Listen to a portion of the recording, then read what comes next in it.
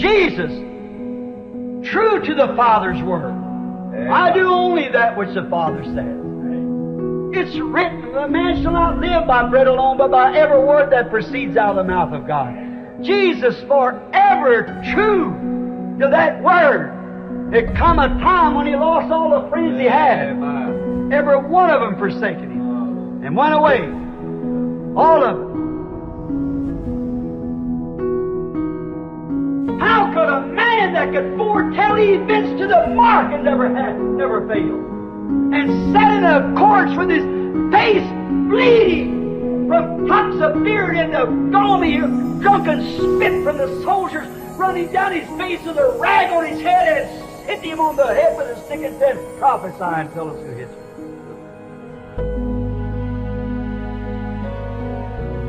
The mighty conqueror.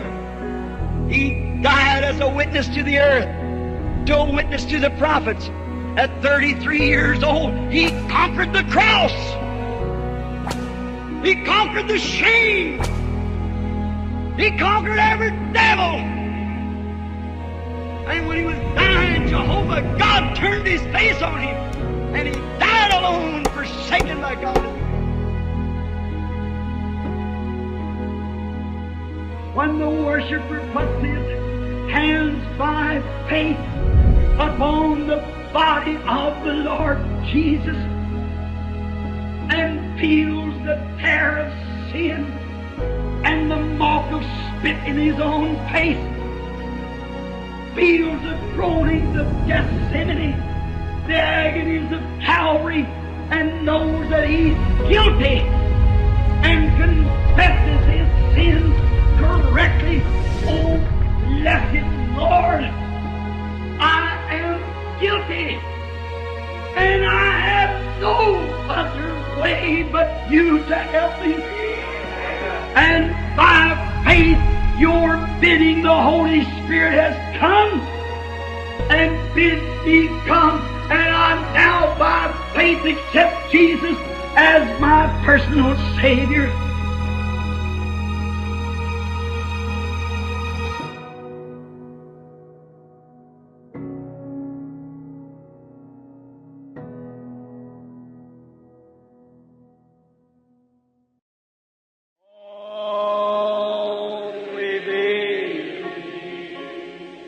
Just only believe. All things are possible. Only. Bonjour à vous. De très joyeuses Pâques à chacun de vous. C'est l'un des jours les plus importants en commémoration de la résurrection de notre Seigneur. C'est l'un des jours les plus importants de toute l'histoire du monde. C'est la résurrection. Et nous sommes si heureux d'être ici ce matin, en ce jour très important, et de voir le soleil se lever et les fleurs sortir de la terre. Tout témoigne de Pâques. Et maintenant, courbons la tête un instant. Dieu notre Père, nous entrons dans ta présence et nous nous attendons à ce que tu nous donnes ce matin une petite bénédiction supplémentaire du ciel, une petite touche de Pâques dans nos propres âmes, afin que, quand nous repartirons d'ici, nous puissions dire, comme ceux qui revenaient d'Emmaüs, notre cœur ne brûlait-il pas au-dedans de nous à cause de sa présence? Car nous le demandons en son nom et pour sa gloire. Amen.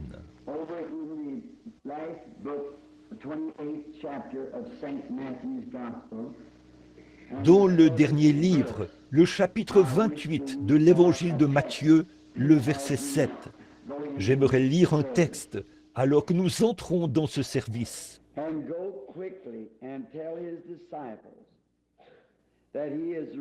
Et allez promptement dire à ses disciples qu'il est ressuscité des morts. Et voici, il vous précède en Galilée. C'est là que vous le verrez. Voici, je vous l'ai dit. Beaucoup d'importantes commissions ont été données à l'homme et au peuple de cette terre. But never was there such an important commission given as this one. Mais jamais une commission aussi importante que celle-ci n'a été donnée. Allez dire à ses disciples qu'il est ressuscité des morts. C'est une grande commission. Et pour qu'il soit possible de donner cela, il fallait d'abord qu'il y ait une grande victoire. Il y a eu des hommes dans notre temps et dans le passé et dans la grande histoire de ce monde, dans ces grands et vastes champs de bataille. Il y a eu beaucoup de grands conquérants, beaucoup de grandes choses qui ont été faites pour la race humaine. Par exemple, je me disais, en venant ici ce matin, je me suis réveillé tôt et je n'ai pas eu l'occasion d'étudier beaucoup. C'est que hier soir, je ne savais pas exactement quelle partie nous aurions aujourd'hui entre le pasteur et moi dans les services. Mais en chemin, je me suis demandé ce matin quelle serait, à ma connaissance, la meilleure chose que je pourrais dire à son peuple, un message à apporter. J'ai pensé à ceci. Allez le dire à ses disciples. Or, ses disciples sont ceux qui le suivent. Un disciple, c'est quelqu'un qui suit. Et j'ai pensé à ce sujet, le grand et puissant vainqueur.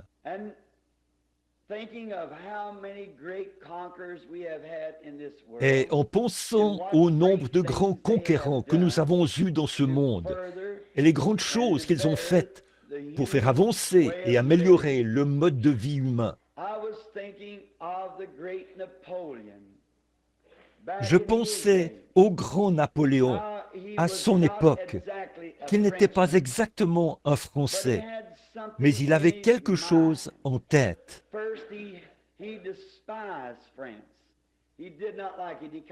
D'abord, il méprisait la France, il ne l'aimait pas, il venait des îles, mais il avait en tête l'idée qu'un jour, il conquerrait. Et la raison pour laquelle il avait ces choses à l'esprit, c'est qu'il fallait qu'il ait quelque chose sur quoi travailler. Pour chaque homme, avant de pouvoir faire un travail, il faut qu'il y ait un motif, une résolution, quelque chose sur lequel on travaille, une raison pour travailler, quelque chose qui permet d'agir. Et comme nous le savons tous, en prenant l'histoire d'Hitler, ou non pas d'Hitler, mais de Napoléon, il travaillait en fonction de la lune et du changement des étoiles. Il travaillait comme ça et il comptait sur ça, parce qu'une fois, c'est ce qu'il avait fait. Et là, il avait remporté une victoire. Et il est venu en France et il est devenu un grand guerrier. Il a mis à mort beaucoup d'hommes parce qu'ils n'étaient pas d'accord avec lui. Et il a nettoyé tout son pays, a éliminé tout ce qui s'opposait à lui. Il a complètement tout éliminé, parce que pour lui, il fallait que ce soit ainsi. S'il n'avait pas eu les choses ainsi, il y aurait toujours eu quelque chose qui se serait opposé à lui. Et au grand plan qu'il avait en tête, sa propre vie allait être en jeu. Alors il fallait que tout son royaume soit aussi parfait que possible. Je pense maintenant que vous me suivez dans ceci. Le grand vainqueur auquel je pense, tout dans son royaume doit être pour lui. Il faut que le cœur, l'âme et le corps soient pour lui. Il ne peut rien y avoir contre lui. Tout ce qui serait contre lui, il faudrait qu'il l'écarte. Il faut absolument que tout soit pour lui. Et quand Napoléon, il a pris les armes, les canons, les fusils, les mousquets, les épées, et il est parti avec cette seule pensée, il allait conquérir le monde. Et c'est pratiquement ce qu'il a fait à l'âge de 33 ans. Quand il était jeune homme, il était prohibitionniste. Et sa grande renommée l'a rendu si prétentieux. Et cela a tellement affecté ses nerfs qu'il est mort à l'âge de 33 ans, un alcoolique. Sa popularité, c'était trop pour lui. Et je pense à un homme qui, à l'âge de 33 ans, a conquis le monde et est mort alcoolique. À cause de sa renommée, et il a perdu le principe même pour lequel il luttait. Il était le genre de type, ou pas un type, je dirais, mais il était l'instrument du diable. Il a essayé de conquérir le monde, mais il a échoué à 33 ans. Mais, oh, ce grand et puissant guerrier dont je parle, à l'âge de 33 ans, a vaincu tout ce qui était sur la terre et en enfer. À l'âge de 33 ans, un grand et puissant vainqueur. Je pense aux grandes batailles qui ont été livrées sur le champ de bataille. Nous savons, pour finir l'histoire de Napoléon, qu'il est arrivé à sa fin à Waterloo. Il n'y a pas longtemps, j'ai eu le privilège de voir les imitations faites des ruines de ses chars, et des cavaliers et des hommes, comment ils étaient étendus là, morts sur le champ de bataille, et les chars empilés, les roues brisées, là, dans les plaines, à l'endroit où on présente cette exposition. Et quel contraste! Observez cet homme à 33 ans et la honte qui est présentée là en commémoration de sa grande bataille et de sa victoire. Aller ensuite à Jérusalem et regarder un tombeau vide, un mémorial du grand et puissant vainqueur. D'une manière ou d'une autre, il y a quelque chose dans le fait de vaincre. Si nous avons quelque chose pour lequel nous nous battons, s'il y a une maladie dans notre corps, et nous luttons entre la mort et la vie, quelle victoire que nous voyons qu'elle est vaincue. Si nous luttons contre une forte dépendance ou contre quelque chose d'important qui nous assaille,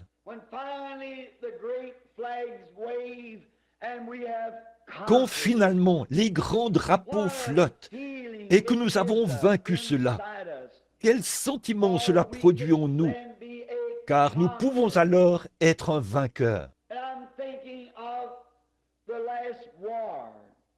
Maintenant, je pense à la dernière guerre et au moment où Hitler s'est emparé de Varsovie. Et les Allemands pensaient que c'était l'une des plus grandes victoires possibles, parce que leur grand capitaine en chef, Adolf Hitler, avait d'emblée tout détruit à Varsovie. Démoli les ponts, et le grand pont s'est écroulé. Les journaux ont publié de grandes photos de la chute du pont.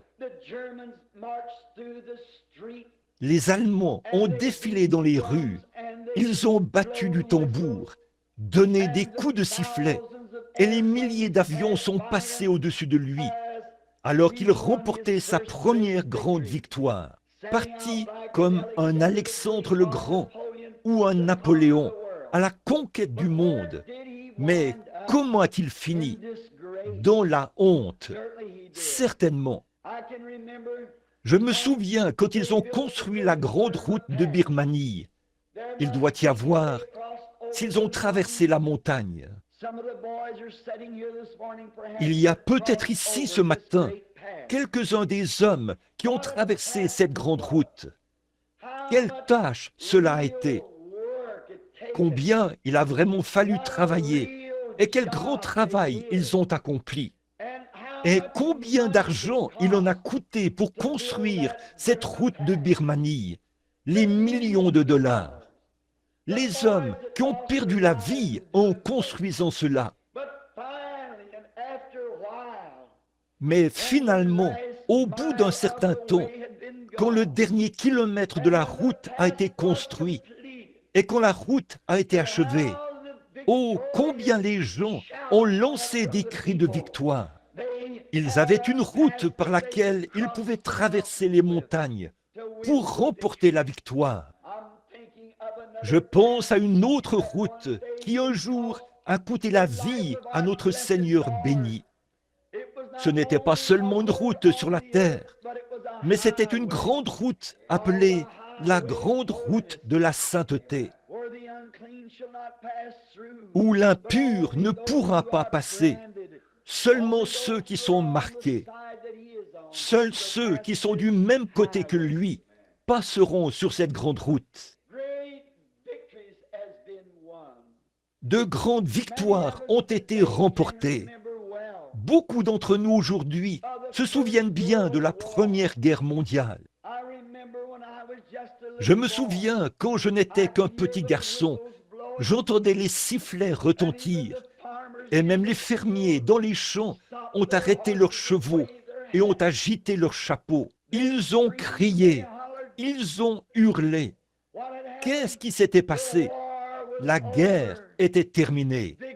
La victoire avait été remportée. Le grand système économique pour lequel nous nous battions, nous avions finalement remporté la victoire. Je pense à cette dernière guerre mondiale. J'habitais juste de l'autre côté de la rue. Et quand les sifflets ont commencé à retentir, les gens se sont précipités dans leurs cours. Les femmes, portant leurs tabliers, les ont enlevés et les faisaient tournoyer dans les airs. Les balles volaient à travers les arbres. Des coups de sifflet ont retenti. Les voitures roulaient à toute allure dans les rues. Les gens tombaient à genoux et levaient les mains. Ils poussaient des cris. Ils pleuraient. Pourquoi? Parce que la guerre était terminée. Et les bien-aimés, les chers garçons qui étaient de l'autre côté de la mer, allaient bientôt revenir en bateau à la maison vers eux. Quelle victoire! Quel moment et quelle joie dans tous les cœurs! Quel jubilé! Ce soir-là, tout le monde était d'une humeur telle qu'on aurait pu entrer dans le restaurant et manger, et en sortir sans payer pour ça. Et ça n'aurait pas été un problème. On aurait pu utiliser la voiture de l'autre homme. Ça n'aurait pas été un problème. On aurait pu demander ce qu'on voulait, et on l'aurait probablement obtenu. Pourquoi? La victoire était remportée. Les garçons rentraient à la maison. C'était fini. Et mon frère, je me dis que c'est dommage que ce genre de sentiment ne puisse pas durer toujours. Mais pour le chrétien, ce matin, la victoire est remportée. Les cloches de joie retentissent. La guerre est terminée entre Dieu et l'homme. La victoire a été remportée. Avant qu'une victoire puisse être remportée, de grands prix doivent être payés. Oh, quel prix payé! Et parfois, c'est très profond. Ça laisse de grandes cicatrices déchirantes. Mais pour avoir la montagne, il faut que nous ayons la vallée. Avant que nous puissions avoir le soleil, il faut que nous recevions la pluie.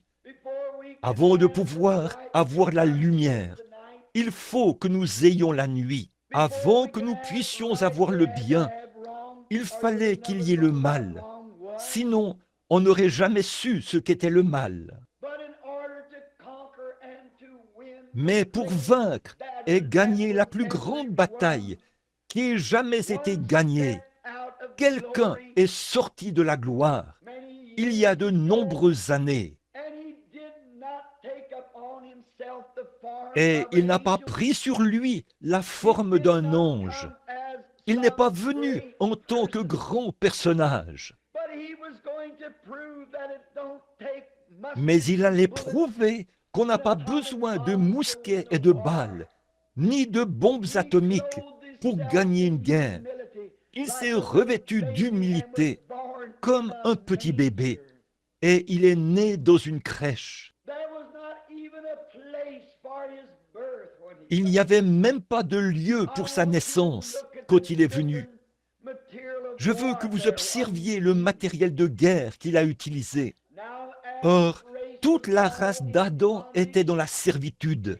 Ils étaient là, sans espérance, sans Dieu, sans la moindre chance, sans miséricorde, sans rien qui puisse les aider. Les grands ennemis des régions inférieures, des perdus, les avaient enfermés dans les ténèbres. Il n'y avait pas moyen d'en sortir. Personne ne pouvait les aider. On ne pouvait rien faire. Tout semblait être perdu, complètement.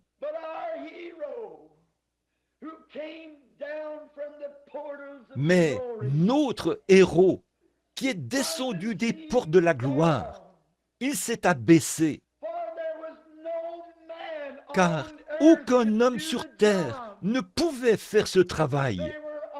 Ils étaient tous, comme on le dirait dans le monde, dans le même bateau. Nous étions tous nés dans le péché, enfantés dans l'iniquité, venus au monde en disant des mensonges. Et aucun de nous ne pouvait s'entraider. Nous étions impuissants, vaincus, le chaos de tous côtés, tous désunis. Nous ne pouvions pas observer les lois et les cérémonies, alors que nous voyions leurs faiblesses et tout. Nous étions incapables de le faire. Et il semblait que toute la race humaine avait été dévastée. Et alors il est venu, il est descendu, car il était au commencement, dit la Bible. Il était la parole. Il était le Logos qui est sorti de Dieu. Et le Logos, au commencement, était la parole. Et il est devenu la parole. Alors, quand il est monté en ce jour glorieux de Pâques, il est devenu non seulement la parole, mais il est devenu le souverain sacrificateur de sa propre parole. Oh, comme c'est glorieux, frère Neville, de penser qu'il est non seulement la parole, mais qu'il est le souverain sacrificateur de sa propre parole. Comment pourrions-nous en douter? Comment pourrions-nous nous approcher de lui sans croire que nous recevrons ce que nous demandons? Car il est la parole et l'intercesseur de la parole. Le Logos est devenu parole et la parole a été faite chair. Et cette même chair qui était la parole, élevée dans la gloire, est maintenant le souverain sacrificateur qui intercède lui-même selon sa parole. C'est ce qu'il faut. Voilà le matériel que l'Église possède. Quelle arme! Il n'y en a jamais eu une comme celle-là. Il était la parole. Et quand il est venu, il est né dans une crèche. Il est venu pour utiliser l'arme de l'A-M-O-U-R, l'amour, pour vaincre le monde. Pas avec des balles d'armée, pas avec des mitrailleuses et des chars d'assaut, mais il est venu d'une manière différente. Il est venu sous la forme de l'amour. Il était l'amour de Dieu. À un moment donné, quand j'étais un petit garçon, je pensais que Christ m'aimait et que Dieu me haïssait, parce que Christ était mort pour moi. Mais Dieu avait quelque chose contre moi. Mais j'ai fini par découvrir que Christ est le cœur même de Dieu. Dieu a tant aimé le monde qu'il a donné son Fils unique, afin que quiconque croit en lui ne périsse point, mais qu'il ait la vie éternelle. Or, il est d'abord venu pour vaincre, et ce que le diable avait mis dans le monde, c'était la haine. Et il est venu pour vaincre la haine. Quand nous gagnons nos batailles, et ainsi de suite, dans les batailles du monde, cela laisse toujours continuellement de la haine, parce que les batailles de ce genre sont celles de l'ennemi. Mais Christ est venu avec amour pour vaincre la haine, pour aimer ceux qui n'étaient pas aimables. Il est venu avec une arme différente et il s'est humilié, a été fait de peu inférieur aux anges, pour souffrir la mort et pour donner un exemple. Et quand il était ici sur terre, il a marché parmi les hommes. Il a démontré ce qu'étaient ses armes de guerre quand il a guéri les malades, quand il a pris 5 petits pains et 2 morceaux de poisson et qu'il a nourri 5000 personnes. Il a prouvé qu'il avait le pouvoir sur tous les atomes qui existaient. Non seulement il a multiplié des poissons, mais il a multiplié des poissons cuits. Non seulement il a produit du blé dans ses petits pains, mais il a produit du blé cuit dans ses petits pains. Cela montrait qu'il était ce grand et puissant vainqueur. Non seulement il a pris l'eau du puits, mais de cette eau du puits, il a fait du vin. Il a prouvé qu'il avait la puissance de vaincre et il aimait, et son arme, c'était l'amour. Maintenant, remarquez. Alors, quand il a fait ça, quand il s'est tenu un jour près du sépulcre de Lazare, et là se trouvait un homme mort, enseveli depuis 4 jours. Même ceux qui étaient là ont dit, ils sont déjà. Son nez s'était affaissé, les vers de sa peau le rongeaient. Et Jésus s'est tenu là, en tant que puissant vainqueur, quand il a dit à Marthe et à Marie, quand il s'est tenu là, ne vous ai-je pas dit, si seulement vous croyez, vous verrez la gloire de Dieu. Il venait de dire, quand elles ont dit, notre frère est mort, et ainsi de suite, il a dit, je suis la résurrection et la vie. Celui qui croit en moi vivra, quand même il serait mort. Et quiconque vit et croit en moi ne mourra jamais. Ne viens-je pas de vous dire que cette puissance éternelle et bénie se trouve en moi? Il n'a pas seulement fait une déclaration, il était capable d'accomplir tout ce qu'il disait, car il était le puissant vainqueur. Demeurant en lui, restant là, voilé dans une chair humaine, comme un homme. Mais là, à l'intérieur, demeurait nul autre que le Dieu Tout-Puissant, celui qui est grand et puissant. Il pouvait recréer, il pouvait créer de nouvelles choses, il pouvait parler, et ce qu'il demandait allait être accordé à l'instant même. Mais il s'est humilié, il est resté humble, il voulait donner un exemple, il voulait être le vainqueur qu'il fallait, et il l'était. En effet, il a prouvé qu'il l'était. Comme je l'ai souvent dit dans mes réunions, peut-être que cela pourrait rendre témoignage ce matin à ce groupe de gens en ce beau matin de Pâques. Une dame, elle fait partie d'une certaine église qui ne croit pas au fait d'accepter le sang du Seigneur Jésus. Sans effusion de sang, il n'y a pas de rémission des péchés. Elle m'a dit que cet homme n'était qu'un prophète, un homme merveilleux, et que je faisais de lui une divinité. J'ai dit, il était la divinité, il était Dieu. Elle a dit, vous essayez de le rendre trop important. J'ai dit, aucun mot ne pourrait exprimer sa grandeur. La langue humaine n'a jamais trouvé la façon de l'exprimer. Je parlais avec un homme l'autre jour, un diplomate de Washington, D.C., et il a dit, en racontant un petit témoignage, lors d'un petit déjeuner où nous étions ensemble, il a dit, « Frère Branham, j'ai été luthérien toute ma vie.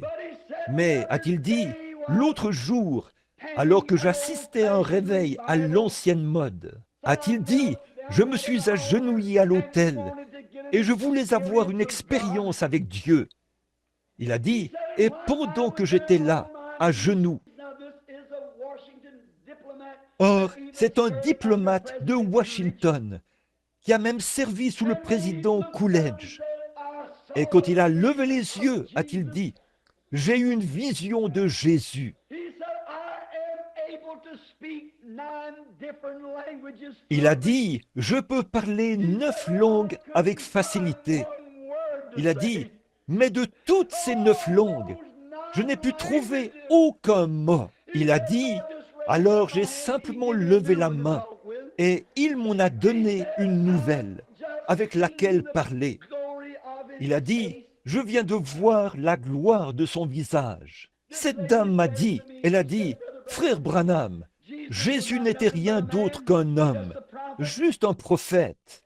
J'ai dit, il était Dieu, ma sœur. Elle a dit, vous faites de lui une divinité, mais il ne l'est pas.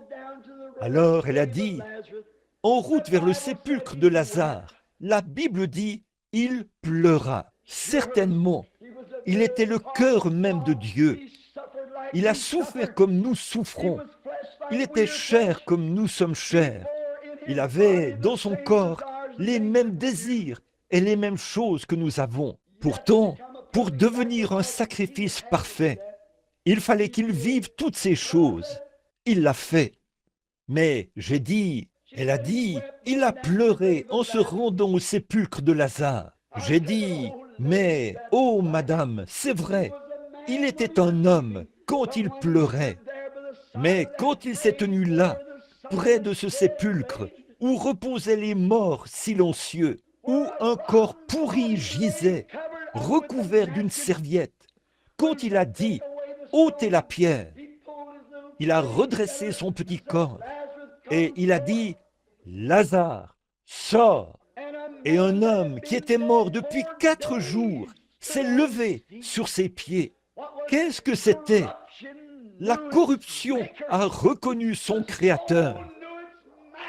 L'âme a reconnu son Maître. Et ce grand et puissant vainqueur a prouvé là qu'il a la puissance sur la mort, le séjour des morts et la tombe. Ça réjouit notre cœur, certainement. Vous parlez de frapper sur des chaudrons et de faire sonner des klaxons. Le monde devrait célébrer un jubilé ce matin, comme il ne l'a jamais fait auparavant. Des cris et des acclamations de son peuple. Parce que c'est le jour où on commémore le moment où il a vaincu le dernier ennemi et qu'il nous a libérés, nous, captifs. Oui, il était un homme, c'est vrai. Il a prouvé qu'il était un homme et il a prouvé qu'il était Dieu. Un soir, alors que la grande mer déchaînée, qui a pris des milliers de vies, peut-être que certains d'entre vous, les mères ici ce matin, vos garçons sont morts sur la mer déchaînée, tout là-bas. Ils ont peut-être sombré sous les flots des vastes champs de bataille de ce monde. Certains de vos bien-aimés reposent là-bas, peut-être au fond de la mer. Mais un soir, alors qu'ils se trouvaient dans un petit bateau et que les vagues bondissaient sur la mer comme un bouchon de liège, il s'est levé et a posé son pied sur le bastingage du bateau. Il a levé les yeux vers le ciel et a dit « Silence !» Et aux vagues, il a dit « Tais-toi !» Et cette mer puissante est devenue lisse, si bien qu'il n'y a plus une ride sur l'eau. Certainement, il l'était. Il est vrai qu'il avait faim comme un homme. Quand il est descendu de la montagne et qu'il avait faim, il cherchait quelque chose à manger sur un arbre. Il était un homme. Mais quand il a pris ses 5 petits pains et quelques poissons, et qu'il a nourri 5000 personnes, il était plus qu'un homme. Quand il est mort, il y a 1900 ans, avant-hier, pendu à une croix, implorant la miséricorde à grands cris, mon Dieu, pourquoi m'as-tu abandonné? Il est mort comme un homme. Mais il y a 1900 ans et quelques, ce matin, il a prouvé ce qu'il était. Il a donné le dernier saut de sa fonction de Messie, quand il a rompu les liens de la mort et du séjour des morts, et qu'il est ressuscité de la tombe, triomphant. Je suis vivant au siècle des siècles, et parce que je vis, vous aussi, vous vivez. Voilà le vainqueur. Vous parlez d'arracher son tablier et de l'agiter. Les gens disent que nous sommes fous, parce que nous poussons des cris et que nous courons, que nous crions et que nous hurlons. Ils n'ont jamais ressenti les vibrations de la victoire du ciel, comme quoi la bataille est terminée. Notre grand et puissant vainqueur a remporté toutes les victoires. Il se tient seul, ce matin, indemne. Quand il est venu sur terre, on lui a donné le nom le plus dégradant qu'on puisse lui donner. En tant que fanatique, on l'appelait Belzébul, le prince des démons. C'est vrai, il est allé dans la ville la plus basse de la terre, Jéricho, et le plus petit homme de la ville devait baisser les yeux pour le voir. Mais quand Dieu, il y a 1900 ans, l'a ressuscité, c'est ce que les hommes lui ont fait. Mais avec l'arme de l'amour, il a vaincu tous les démons. Et Dieu l'a élevé tellement haut, et il lui a donné un nom au-dessus de tout nom qui est donné dans les cieux et sur la terre. Chaque nom dans le ciel s'incline devant le nom de Jésus. Chaque ange, chaque monarque, tout s'incline devant le nom de Jésus. Toute langue le confessera, tout genou fléchira devant lui. Et il est monté tellement haut qu'il doit même baisser les yeux pour voir les cieux. Voilà le puissant vainqueur. C'est lui qui l'a fait. Quand il a quitté la terre, comme nous l'avons vu hier soir, il avait les clés de la mort et du séjour des morts accrochées à sa ceinture. Amen. Ne crains point. Je suis celui qui était mort et je suis de nouveau vivant au siècle des siècles. est une conjonction. J'ai les clés de la mort et du séjour des morts, accrochées juste ici. Vous parlez d'un vainqueur. Et parce que j'ai vaincu, j'ai simplement fait une route pour que vous puissiez y voyager. L'homme a été rejeté du ciel. Les routes étaient fermées. Il n'y avait pas de route. Mais là où il n'y avait pas de route, il est venu en faire une. Oh là là! La première couche, c'était les démons du doute. La suivante, c'était les préjugés. La suivante, c'était l'égoïsme. Cette terre était couverte de couches de puissance démoniaque. Puis la maladie, les infirmités. Mais quand il a commencé à monter au ciel, hier soir, nous l'avons vu sortir de l'enfer avec les clés de la mort et du séjour des morts à sa ceinture.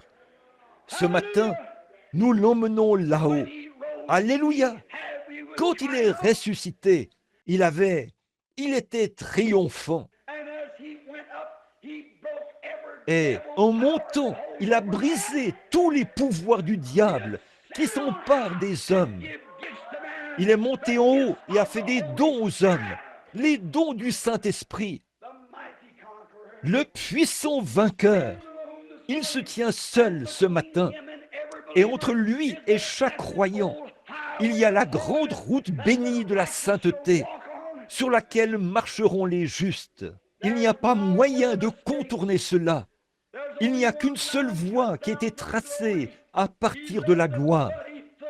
Il a laissé des empreintes de pas ensanglantés alors qu'il marchait dans les corridors des puissances démoniaques. Et il a tracé une route pour nous d'un bout à l'autre. Il est assis dans les lieux très hauts ce matin en tant que puissant vainqueur. Son peuple est en train de célébrer un jubilé. Ils sont des dizaines de milliers partout dans le monde à crier victoire. J'ai observé les gens qui adhèrent à cette vieille église formaliste et froide. Je peux imaginer quelqu'un dire « Je vais vous montrer que cela est rejeté. Tenez, dès que la première guerre a été terminée, un message a été transmis sur la route, ici, dans un autobus de la compagnie Greyhound. Ils ont dit « Pourquoi tout ce bruit? Qu'est-ce qui se passe ?» Et l'un d'eux a dit « Regardez ça, voici le journal. La guerre vient de prendre fin. » Et tout le monde pleurait et poussait des cris. Mais une femme a dit « Oh là là, pourquoi fallait-il que ça se termine comme ça ?» Elle a dit « Si seulement ça avait pu durer quelques jours de plus, a-t-elle dit. Jean et moi, nous aurions pu nous la couler douce. Elle a dit « Nous aurions pu faire cela. » Il y avait un homme debout à l'arrière de l'autobus. Il a saisi cette femme et il l'a presque jetée dehors par la porte. Et quand la police a arrêté cet homme, il a dit « La raison pour laquelle je l'ai fait, a-t-il dit, c'est que cette femme n'a personne là-bas dont elle se soucie. Mais moi, j'ai 2 garçons là-bas. » Il a dit « Je ne pouvais pas contenir mes émotions. Oh frère, j'ai un père là-bas. J'ai des bien-aimés là-bas. Ça signifie quelque chose pour moi. Quand Jésus a vaincu, j'ai une femme, j'ai un bébé, j'ai des bien-aimés. Ce grand et puissant vainqueur. Vous pouvez m'appeler un exalté ou un fanatique religieux ou ce que vous voudrez. Mais quand je pense que cette grande guerre est réglée, le prix est payé, la victoire est remportée, Jésus est ressuscité des morts, le saut final de sa fonction de Messie qui montre que tout est terminé. Il est vivant ce matin et il a les clés de la mort et du séjour des morts. J'ai des bien-aimés qui sont de l'autre côté de la frontière là-bas. Je suis sur cette ancienne grande route, je monte les voir. Ne pensez pas que je suis fou. Oh, mais je suis si heureux que ce soit réglé. C'est une œuvre achevée. En vivant, il m'a aimé. En mourant, il m'a sauvé. Enseveli, il a emporté mes péchés au loin. En ressuscitant, il a justifié gratuitement pour toujours. Un jour, il reviendra, ô jour glorieux. Ce baptême béni du Saint-Esprit pour nous guider sur cette merveilleuse grande route. Oh, comme il est glorieux! Comment pourrais-je jamais en avoir honte? Je prends la même position que Saint Paul ce matin en disant ceci. Je n'ai pas honte de l'évangile de Jésus-Christ, car c'est la puissance de Dieu pour le salut. C'est la puissance sur la maladie. C'est la puissance sur la mort. C'est la puissance sur la tombe. Quand ce brave apôtre sérieux est arrivé au bout de sa route et qu'on a creusé sa tombe là-bas et qu'il s'est trouvé confronté à la mort, il a ri en face de la mort. Il a dit, « Mort, où est ton aiguillon? Tombe, où est ta victoire ?» Alors, il a poussé des cris de louange à Dieu.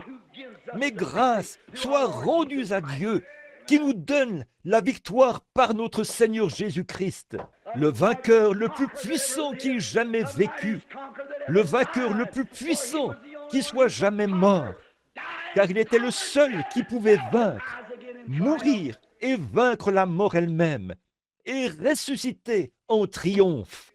Il a prouvé ce qu'il était. C'était le dernier saut de sa fonction de Messie. Et maintenant, s'il se trouvait quelqu'un dans ce bâtiment ce matin qui est un membre d'église tiède et qui ne connaît pas la joie de la bataille terminée, les gens poussent des cris, les gens se réjouissent, les gens pleurent. Vous dites, qu'est-ce qui se passe avec eux? Ils savent que c'est une chose achevée. C'est terminé. Certainement, nous battons des instruments de musique, nous faisons retentir les trompettes avec énergie et l'évangile est proclamé. On reconnaît la gloire et la puissance de Dieu. Et c'est une œuvre achevée. Le traité est signé. Gloire à Dieu. Christ l'a signé avec son propre sang. La bataille est terminée. La victoire est remportée. Je ne l'ai jamais gagnée. Lui, il l'a gagnée. J'en suis vraiment heureux. Oh là là, quand certains de ces hommes sont revenus d'outre-mer, à ce qu'on m'a dit, quand le bateau est arrivé à New York, juste au moment où il entrait dans le port, ils ont regardé au loin et ils ont vu la statue de la liberté. C'est la première chose qu'on voit dressée là. Ils ont amené certains de ces vétérans infirmes sur le pont du navire afin qu'ils puissent la voir. Et quand ils ont commencé à voir cette statue de la liberté, ils se sont mis à pleurer. Ils ont pleuré. C'était plus fort qu'eux. De grands hommes costauds se tenaient là. De grands hommes aux mains calleuses, frémissants et tremblants. Ils n'arrivaient pas à contenir leurs émotions. Pourquoi? C'était un emblème de la liberté. Juste derrière ces statues de la liberté se trouvaient, il y avait papa, maman, des bien-aimés, une chérie, une femme, un bébé. Tous ceux qui leur étaient chers sur cette terre se trouvaient là, derrière cette statue. Et juste avant d'arriver, ils ont reconnu que c'était le pays de la liberté et la patrie des braves. Certainement, ça vous fait tressaillir d'émotion, ce vieux drapeau qui flotte. Pensez-y, un vétéran marqué par les combats qui entre dans le port. Certainement, c'était un moment merveilleux. Mais, ô frère, un de ces matins, quand le vieux bateau de Sion fera retentir sa sirène, et que je verrai cet emblème dressé là, la vieille croix rugueuse, alors que les vents fouettent ces vieilles bannières grises, tandis qu'il avance dans le brouillard de la mort. Quelle victoire! Eh bien, ce n'est pas étonnant que nous n'arrivions pas à contenir nos émotions. Quelque chose est arrivé. Nous sommes devenus concitoyens. La chose est achevée. Quand ils ont construit le grand pont entre le nord et le sud de l'Australie, pour relier Sydney au sud de Sydney, comment chaque homme a pris, eh bien, ils ont parcouru tout le pays pour essayer de trouver un homme pour le faire. Ce travail était si considérable qu'ils disaient que personne ne le ferait. Finalement, un homme de l'Angleterre a dit « Je vais faire le travail ». Et quand il est arrivé là-bas pour faire ce travail, il a testé chaque boulon qui était utilisé pour le pont. Sa réputation était en jeu. Il a testé toute la boue et tout ce qui y descendait. Il est allé de lieu en lieu pour trouver ce qu'il y avait de mieux. Il a trouvé les meilleurs mécaniciens, les meilleurs chimistes, tout ce qu'il pouvait trouver de mieux pour l'entourer. Et finalement, quand le pont a été achevé, le jour est venu où il devait être testé. Les critiqueurs se sont tenus à l'écart et ils ont dit « Ça ne tiendra pas, ça va s'écrouler, le fond est trop sablonneux. » Mais il avait creusé très profondément. Il avait confiance. Il savait que tout avait été testé. Et il a dit, je franchirai moi-même le pont le premier. Et alors qu'il traversait le pont devant le maire, qui était derrière, comme ça, et les grands trains, à peu près 6 de front, qui traversaient et secouaient ce pont. Le grand homme qui l'a conçu a marché devant ce cortège, comme ceci. S'il tombe, je tombe avec lui. Mais il avait confiance. C'est comme ça que notre Seigneur béni a agi quand il a fait son Église. Il teste chaque boulon, tout ce qui la compose, car elle doit être lavée par le sang. Et l'un des critiqueurs se tenait à l'écart. Il a dit, cette bande d'exaltés, ils n'y arriveront pas. Mais un de ces jours glorieux, ce grand et puissant vainqueur, marche devant nous aujourd'hui, triomphant, qu'il vibre, qu'il fasse ce qu'il veut, on n'y trouvera pas un seul défaut, nulle part, car il a préparé le chemin et l'a achevé. Certainement, aujourd'hui, nos pensées sont selon les choses dictées par les gens. Notre esprit est fixé sur les choses du monde. Mais permettez-moi de vous dire quelque chose, frère, que je n'ai jamais honte de l'Évangile. Oh, frère, je suis simplement quelqu'un à l'ancienne mode, né de nouveau, né du Saint-Esprit, de l'Esprit de Dieu. Je suis né comme ça. C'est tout ce que je suis et tout ce que je veux être. Une fois, il n'y a pas longtemps, il y avait une jeune fille qui était partie à l'université. Et c'était une charmante petite fille. Et quand elle est rentrée chez elle, elle a apporté quelques-unes de ses opinions venant de l'université. Et peut-être que ce matin, certains d'entre vous avaient quelques-unes de vos opinions venant de l'extérieur. Peut-être que vous avez apporté à l'Église beaucoup de vos opinions. Eh bien, débarrassez-vous-en. C'est la meilleure chose à faire. Alors cette jeune fille, quand le train s'est arrêté à la gare, elle avait amené une jeune fille avec elle, une de ces espèces de petites dégourdies, vous savez, du genre Elvis Presley. Et quand elle se tenait là, vous savez, à la station de train, sa mère était à l'extérieur, une vieille femme qui se tenait là, le visage couvert de cicatrices, des petites épaules tombantes, portant une petite robe de calicot, un petit châle sur les épaules. Et cette petite dégourdie qui était avec elle, l'autre fille, a baissé les yeux et a dit, « Eh bien, qui est cette misérable et affreuse vieille loque ?» Eh bien, vous savez, ça a tellement mis la jeune fille dans l'embarras qu'elle a dit, « Je ne sais pas », parce qu'elle était tellement guindée et elle avait tellement d'idées mondaines en tête. Et c'était là sa propre mère. Quand elle est descendue du train, la vieille petite maman a couru pour l'entourer de ses bras. Elle a dit, « Oh chérie, que Dieu bénisse ton petit cœur. » Et elle lui a tourné le dos et a commencé à s'éloigner, comme si elle ne la connaissait pas. Elle était gênée, parce que sa mère était tellement laide. Et il s'est trouvé que le conducteur de ce train connaissait l'histoire. Il s'est avancé là. Il a posé ses mains sur l'épaule de cette jeune fille. Il l'a fait tourner devant cet auditoire.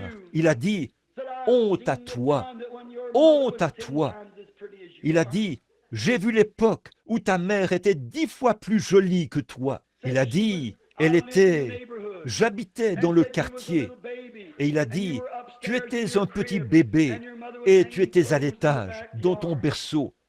Et ta mère suspendait des vêtements dans la cour de derrière. » Il a dit, tout à coup, l'appareil de chauffage a pris feu et toute la maison s'est embrasée.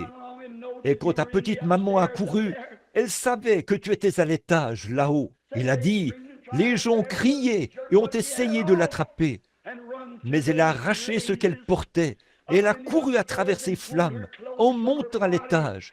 Elle a retiré ses vêtements et les a utilisés pour t'envelopper. Et la voici qui est revenue, sortant des flammes en te portant.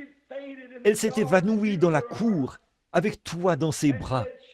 Et il a dit, elle a pris ce qui l'aurait protégé, et elle t'a protégé. Et il a dit, la raison pour laquelle tu es jolie aujourd'hui, c'est pour cette raison qu'elle est laide. Et tu veux me dire que tu aurais honte de ces cicatrices que porte ta mère? Je pense aujourd'hui, si Jésus porte sa croix tout seul et le reste du monde vivrait dans l'insouciance, il y a une croix pour chacun et il y a une croix pour moi. Si Jésus était considéré comme Belzébul par ce monde, on s'est moqué de lui et on l'a méprisé. Il a été pendu à une croix et il a été déshonoré pour moi. Je suis plus qu'heureux de porter l'opprobre de sa sainteté. Oui, monsieur, être appelé exalté, ou le nom qu'on veut donner, la remarque qu'on veut faire, ça n'empêche rien du tout. Je suis seulement heureux ce matin que le Christ ressuscité vive et règne dans mon cœur. Je suis l'un de ses sujets. J'espère que vous l'êtes aussi. Notre temps est écoulé maintenant. Il est 7 heures précises, l'heure où nous avions dit que nous allions terminer. Les services suivants commenceront dans environ 2 heures, à 9h30. Courbons la tête un instant pour prier. Cher Père Céleste, 45 minutes se sont écoulées. La parole a été proclamée. Nos cœurs sont heureux. Le jubilé est en marche. Pas seulement un jubilé d'une journée, mais un jubilé pour l'éternité. Dans la gloire, les anges chantent. Ô Dieu, l'Église triomphante chante. Les cloches de joie retentissent. Les âmes qui étaient autrefois condamnées à mort, à mourir et à aller dans la tombe du diable. Le diable a été vaincu. La mort a été vaincue. La tombe a été vaincue. La maladie a été vaincue. La superstition a été vaincue. La méchanceté a été vaincue. La haine a été vaincue. L'indifférence a été vaincue. Le formalisme a été vaincu. L'orgueil a été vaincu. Tout est vaincu. Christ est le grand vainqueur. Regardez, voici le puissant vainqueur, a dit le poète. Regardez, le voici à la vue de tous, car il est le puissant vainqueur. Depuis qu'il a déchiré le voile en deux, il a déchiré ce voile qui cachait l'homme. Il ne pouvait pas voir Dieu. Et maintenant, Dieu habite parmi les hommes. Il a déchiré ce voile qui empêchait d'avoir la guérison de Dieu. Il a déchiré ce voile qui empêchait d'avoir la bénédiction de Dieu. Il a déchiré ce voile qui empêchait d'avoir la joie de Dieu. Il a déchiré ce voile qui empêchait d'avoir la paix de Dieu. Maintenant, le voile est déchiré en deux. Avec son propre sang, il a marché en vainqueur. La bataille est terminée. Il nous l'a prouvé par sa résurrection. Et maintenant, le Saint-Esprit sert de témoin, envoyé pour nous guider. Ô Dieu éternel, s'il y a quelqu'un ici ce matin qui a traînassé sur la grande route, venant et repartant, tombant au bord de la route, n'ayant jamais été capable de marcher directement au milieu, avec les grands héros qui ont marché au milieu de la grande route. Nous prions ce matin qu'ils s'abandonnent entièrement à toi, qu'ils ressortent de ces choses et savourent cette grande victoire qui était remportée par notre Seigneur ressuscité. Accorde-le, Père, car nous le demandons au nom de Christ. Et pendant que nous avons la tête inclinée, je me demande en cet instant si vous voudriez lever la main vers Christ pour dire « Ô Christ, j'apprécie, jamais plus je n'aurai honte de toi. J'ai été un peu timide. Que Dieu vous bénisse, madame. Que Dieu vous bénisse, monsieur. Que Dieu vous bénisse. Et vous, oh là là, les mains se lèvent partout. J'ai été un peu timide. J'avais un peu honte. Mais maintenant, je vois vraiment ma position. Je n'aurais jamais dû faire ça. Je dois prendre position ouvertement, présenter mon témoignage. C'est exactement comme ça que je dois être. Je dois dire à tous, je suis né de nouveau. Je dois dire à tous, j'ai reçu le Saint-Esprit. Je n'ai pas honte de l'Évangile, car il est la puissance de Dieu pour le salut. Je veux être un vrai chrétien courageux. Je ne l'ai pas été, mais avec l'aide de Dieu, à partir de ce matin de Pâques, je le serai. J'en serai un. Quelqu'un d'autre voudrait lever la main maintenant, avant que nous prions? Que Dieu vous bénisse. Et vous, oh, regardez les décisions qui sont prises. Au moins 25 ou 30 personnes assises au milieu de ce petit groupe de gens ce matin ont pris une décision.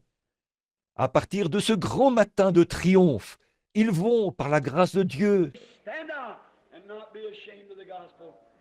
être différents, et ils n'auront pas honte de l'Évangile, car il est la puissance de Dieu pour le salut. Oh God, as these hands has gone up, Ô Dieu, alors que ces mains se sont levées et que la musique résonne doucement sur la route, alors que nous sommes passés de la mort à la vie, car tu as dit, celui qui écoute mes paroles et qui croit à celui qui m'a envoyé a la vie éternelle. Ils sont passés de la mort à la vie parce que tu es devenu la mort pour qu'ils puissent devenir la vie par ta résurrection.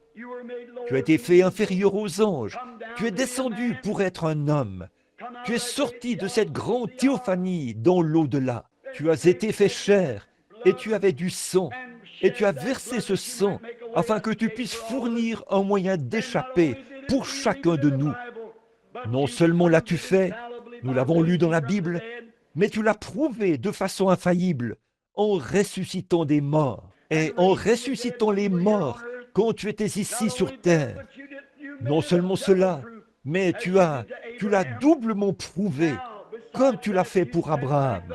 Maintenant, en plus, tu as fait revenir le Saint-Esprit comme témoin, et nous avons sa présence bénie avec nous et en nous qui nous guide, nous conduit dans toute la vérité et dans la lumière. Nous te remercions pour ces nombreuses mains qui se sont levées ce matin pour dire « Je prends maintenant Christ comme mien ».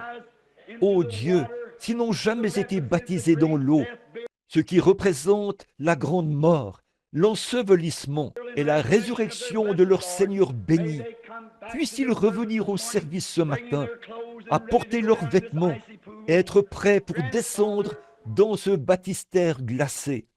Accorde-le, Père. Bénis-nous. Pardonne-nous nos péchés. Nous te donnerons la louange tout au long des âges à venir. Quand la bataille sera terminée, que la fumée se sera complètement dissipée et que nous aurons terminé d'exprimer toute la joie par ces lèvres terrestres avec lesquelles nous te louons de toutes nos forces, il nous faudra de nouvelles voix, de nouveaux êtres pour te louer. Puissions-nous alors entrer avec joie, car nous le demandons au nom de Christ.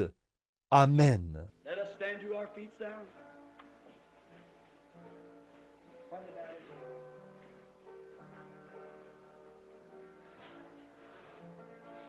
Levons-nous maintenant. N'oubliez pas les réunions à 9h30. Rentrez chez vous, prenez votre petit déjeuner, revenez. Nous comptons être avec vous là. Et ensuite ce soir, n'oubliez pas, je dois me retirer cet après-midi pour étudier et prier. Car je vous déclare que Christ est vivant. Il n'est pas mort. Et je crois de tout mon cœur qu'il sera ici même dans ce bâtiment ce soir pour montrer qu'il est vivant, pour faire les mêmes choses qu'il avait faites le premier matin de Pâques et tout au long de son voyage dans cette vie. Si ce n'est pas le cas, alors j'ai été un faux prophète. Je suis si heureux de savoir qu'en cette grande heure sombre où nous vivons maintenant, alors que tout espoir semble perdu, Christ est le roc où nous pouvons nous tenir. Tout le reste est sable mouvant. Très bien. Notre petit cantique que nous avons l'habitude de chanter en nous séparant. Revêt-toi du nom de Jésus. Tous ensemble maintenant.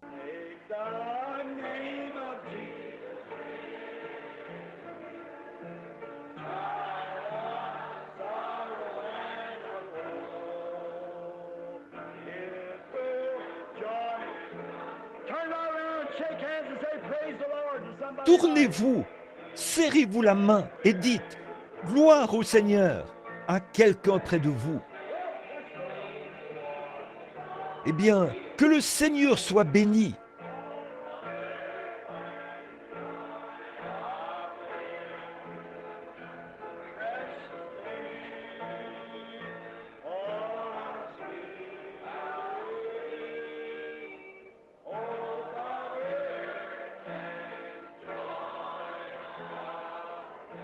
Maintenant, Que tout le monde regarde par ici. Louons-le simplement. Levons simplement les mains et disons « Merci Seigneur d'avoir sauvé mon âme ». Très bien, tout le monde. Thank you, Lord, for saving my soul. Thank you, Lord, for making me whole. Thank you, Lord, for giving to me your great salvation, so full and free. Quelle bénédiction! Do you love him? L'aimez-vous? Amen. Dites Amen. Oh, that Oh, everything le... is completed now, tout est children. accompli maintenant, mes enfants. Everything's over. Tout est terminé. There's no Il n'y more a plus de bataille. There's no more Il n'y a warfare. plus de guerre. Nothing you got Vous to n'avez do. plus rien à It's faire. already done. C'est déjà fait. We just Nous nous rejoice. réjouissons tout simplement. Oh là là, We are nous complete sommes in him. accomplis en lui. Living safe and secure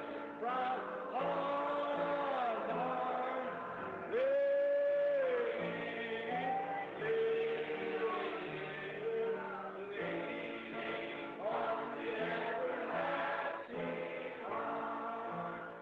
Oh, how sweet to walk in this pilgrim way, leaning on the everlasting arm. Oh, how bright the path grows from day to day, leaning on the everlasting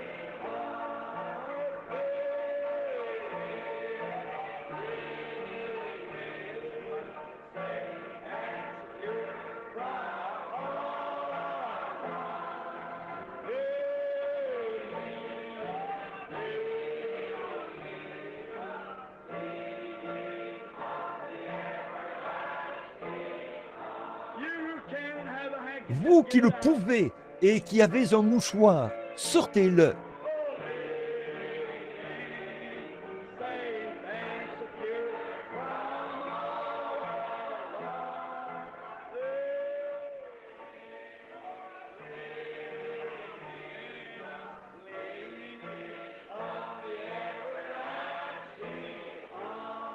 all Maintenant, votre Bible.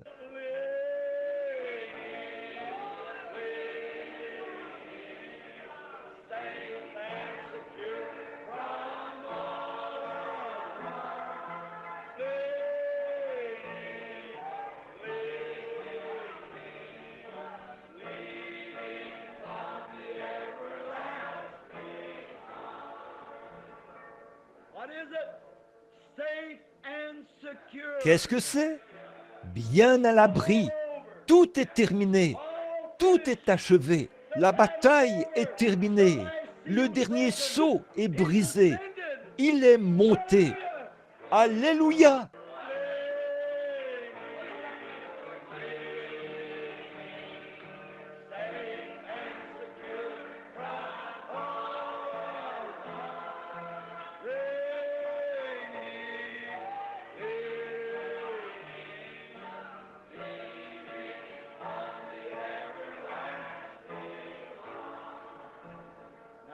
Maintenant, courbons la tête vers la poussière d'où Dieu nous a tirés, et qu'un jour nous monterons de la poussière de la terre, car notre Seigneur, tiré de la poussière, est allé dans la poussière pour nous donner son esprit immortel.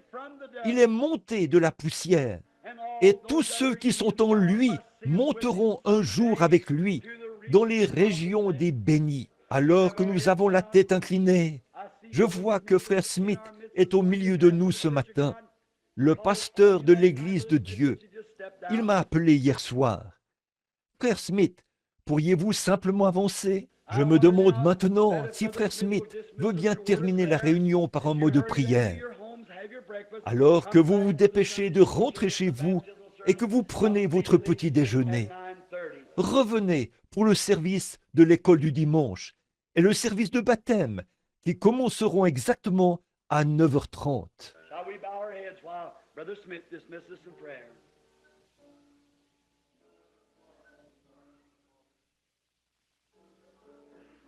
Pourrions-nous courber la tête pendant que Frère Smith termine la réunion par la prière?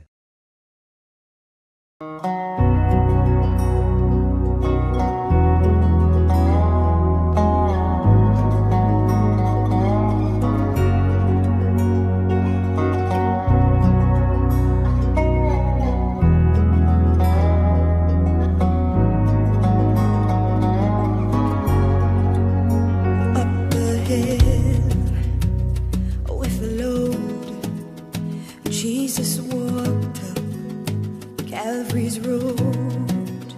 No man took his life from him. For you and me, he willingly gave. In his mind, he held a vision. It was of the resurrection. Truly,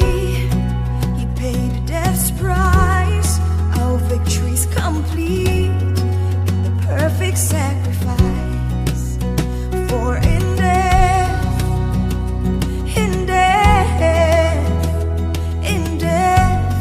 this victory. Self-sacrifice means freedom, and this is the way for me. For the joy set before, there's a cross to endure. For real life, this I see, that in death is victory. Abraham held the promise. In Isaac shall thy seed be called. And he died to his own thinking when God told him, sacrifice his boy. Obedient unto death, he was faithful, knowing resurrection was in the end. This he said, the lad and I, we'll go worship, and we'll come to you again. For we know in death,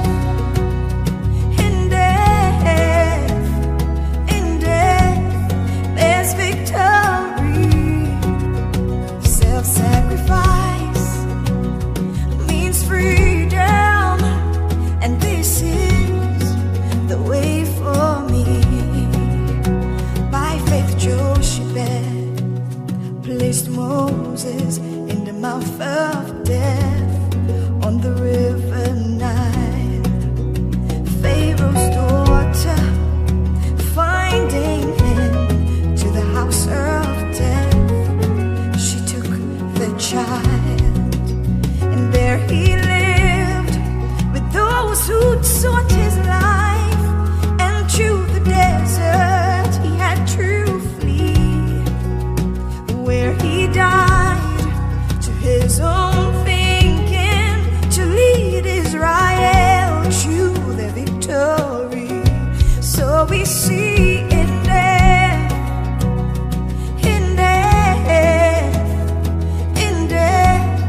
there's victory. Self-sacrifice means freedom, and this is the way for me. Samson prayed, let me die.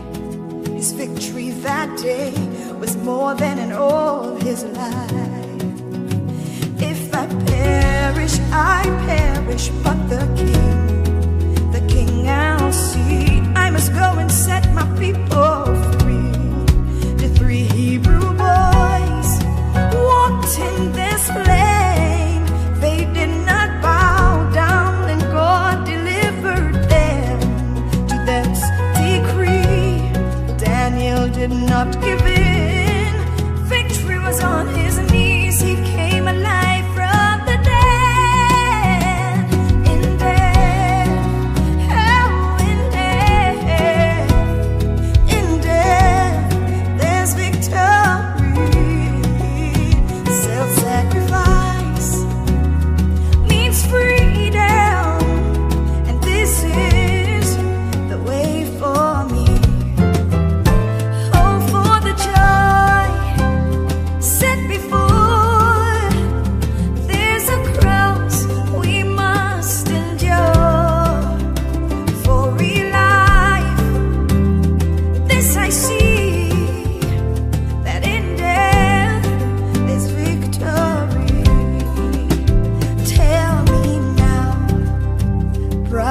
of Christ, we're not different. We must pay the price as we lift up our cross. Though we suffer and our lives are lost, yet we must die to ourselves and sin, truly become a burnt offering. But it's sure that in the end that we rise again. For we see in death